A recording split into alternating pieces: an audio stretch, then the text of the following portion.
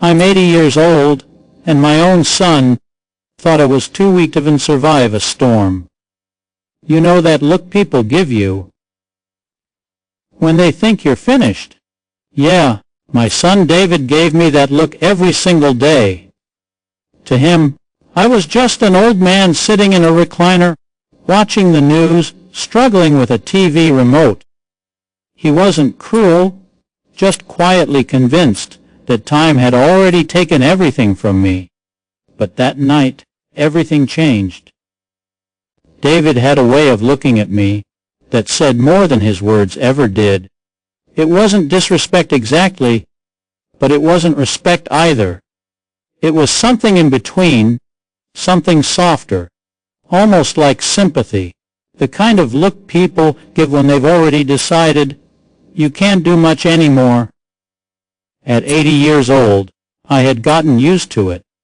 The slow steps, the careful movements, the way my hands sometimes took an extra second to do what they once did without thinking, all of it had quietly convinced him that I was fragile, like a piece of glass that could crack under the slightest pressure. To him, I had become predictable. I sat in the same recliner every day, watching the news, flipping through channels, occasionally struggling with the TV remote. He would walk by, sometimes pausing just long enough to help me press the right button, as if I couldn't figure it out myself. Here, Dad, let me do it, he'd say, already reaching for the remote before I could respond.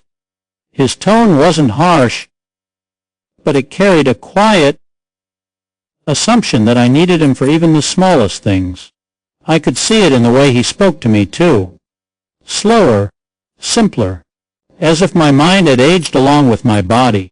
Conversations that used to be full of depth had turned into short exchanges. He no longer asked for advice, no longer shared his problems the way he used to. Somewhere along the way, he had decided that I didn't have much left to offer, that whatever strength or wisdom I once had belonged to the past. What he didn't understand was that growing older doesn't erase who you are. It doesn't take away the years of hard work, the lessons learned, the storms survived. It doesn't erase the man I used to be, or the man I still was. But in his world, everything moved fast. Technology, business decisions made in seconds. And compared to that speed, I must have looked like I was standing still. There were moments when I noticed how carefully he watched me, especially when I stood up or walked across the room, as if he expected me to stumble at any second, as if he was preparing himself for the day I might fall and not get back up. That quiet concern sat in his eyes, disguised as care, but rooted in doubt. He never said it out loud, but I could feel it. He believed I was past my time, that my role in life had been reduced to simply existing, watching the world move on without me, and maybe, in some ways, he thought he was protecting me by taking control, by stepping in before I could even try. But what he failed to see was this: I had lived a life long before he ever learned to walk. I had built things, fixed things, survived things he couldn't even imagine. The strength he thought I had lost wasn't gone. It was just quieter now, buried beneath years of experience, waiting for the moment it would be needed again. That evening started with a strange kind of stillness, the kind that makes the air feel heavier than usual. Living in Florida, we had both seen storms before, but this one felt different from the beginning. The sky slowly shifted into a deep, bruised purple, and the wind began to whisper through the trees like a warning. Even the birds disappeared, as if they knew something we didn't. I sat quietly, watching the clouds roll in, while David kept glancing at his laptop, trying to finish some work before the weather got worse. At first, he didn't take it too seriously. To him, storms were just another inconvenience, something you wait out while staying connected to the world through a screen. But nature has a way of reminding you who's really in control. Within minutes, the wind picked up, turning from a whisper into a howl. The windows began to rattle, and the lights flickered once, twice, and then everything went dark. The power was gone. David froze for a second, staring at the blank screen of his laptop like it had betrayed him. He grabbed his phone immediately, tapping and swiping, searching for a signal. But there was nothing, no internet, no connection, no quick solution. The tools he relied on every day were suddenly useless. Outside, the wind roared louder, slamming against the walls of the house with a force that made it feel like the whole structure was being tested. Then came the sound that changed everything. A loud, violent crash echoed through the house, followed by the sharp shattering of glass. For a moment, everything went silent inside, like time itself paused. Then the rain came pouring in. An enormous oak branch had broken off from the tree outside and crashed straight through the skylight in the sunroom. Water rushed in instantly, soaking the floor, spreading fast across the hardwood, like it was claiming the house piece by piece. The storm didn't wait. It pushed harder, sending rain through the broken, opening as if it had found its way inside for good. David panicked. "The whole house is going to be ruined," he shouted, his voice barely cutting through the thunder. His hands trembled as he looked around, trying to figure out what to do. He ran from one side of the hallway to the other, glancing at the ceiling, the windows, the flooding floor. Every second that passed made it worse, and he could see it slipping out of control. He kept trying his phone, hoping for a signal, hoping for help. "I need emergency services. We need someone here now," he said, almost talking to himself. But deep down, the truth was obvious. No one was coming, not in this storm, not with the roads blocked, and the wind tearing everything apart outside. The house creaked under the pressure of the storm, and the rain kept pouring in through the broken skylight. The sound of water hitting the floor, mixed with the howling wind and distant thunder, created a chaos that filled every corner of the house. And in the middle of it all, David stood there, overwhelmed, realizing that for the first time in his life, there was no quick fix, no digital solution, no one else to take control of the situation. While David stood there, overwhelmed and unsure of what to do next, something inside me remained steady. The noise of the storm, the crashing sounds, the chaos, it didn't shake me the way it shook him. I had seen this kind of night before. Not the exact same storm, not the same house, but the same kind of challenge. The kind that doesn't give you time to think twice. The kind that demands action. I pushed myself up from the chair, feeling the familiar stiffness in my knees. At my age, every movement comes with a reminder of time, but I didn't let that slow me down. I walked toward the garage with purpose, each step calm and certain. Behind me, I could hear David still pacing, still trying to make sense of everything, his voice rising with panic. But I didn't respond. I knew words wouldn't help him right now. Only action would. The garage smelled like old wood, metal, and memories. I went straight to the corner where my toolbox sat, covered in a thin layer of dust. It was the same heavy-duty box I had used for years, The same one David once told me to throw away because it was too old and outdated. I brushed the dust off the lid and opened it, revealing tools that had never failed me. They weren't shiny or modern, but they were reliable, just like the hands that used them. I grabbed what I needed without hesitation. A heavy tarp, a couple of plywood boards, nails, and my old drill. Everything had its place, and I didn't have to search. This wasn't new to me. It was muscle memory, built over decades of fixing, building, and solving problems when no one else could. When I stepped back into the house, the storm felt louder, more aggressive. Water was still pouring in through the broken skylight, spreading across the floor. David turned toward me, his face filled with worry. "Dad, what are you doing?" "Sit down before you fall," he shouted, his voice carrying more fear than authority. I didn't answer him.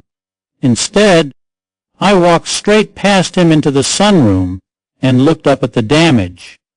The opening in the ceiling was wide, jagged, and letting in more rain by the second.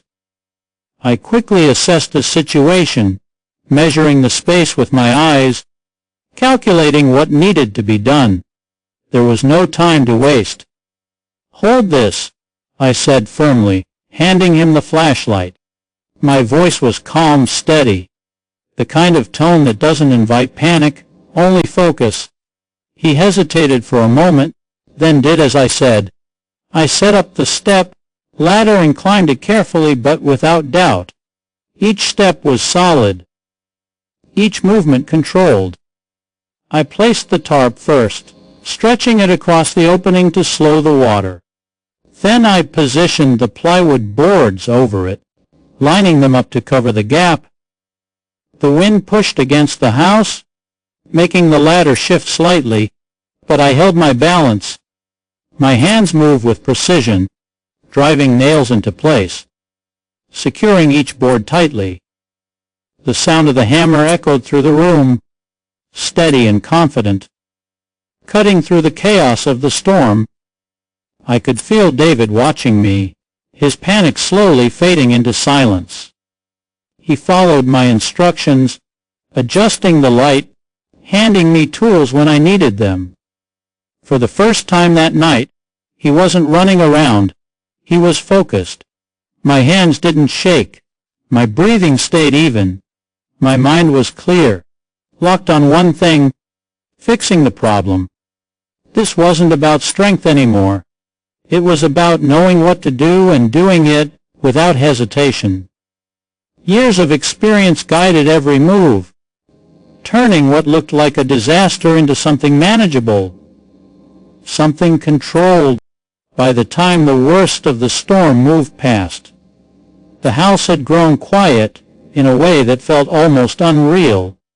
The wind had softened, the rain had slowed to a steady drip, and the chaos that had filled every corner just moments ago seemed to fade into the distance.